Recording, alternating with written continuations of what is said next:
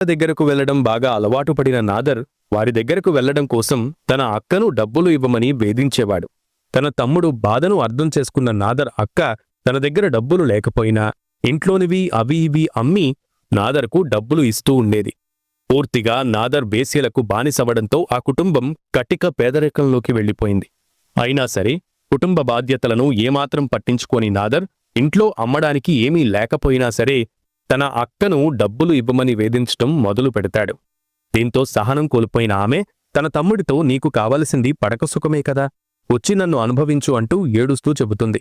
తన అక్క మాటలతో అరుణగిరి నాదర్కు భూమి ఒక్కసారిగా తలక్రిందులు అయినట్లు అనిపిస్తుంది. దుఃఖం కట్టలు తెంచుకుంటుంది. తన మీద తనకి అసహ్యం కలుగుతుంది.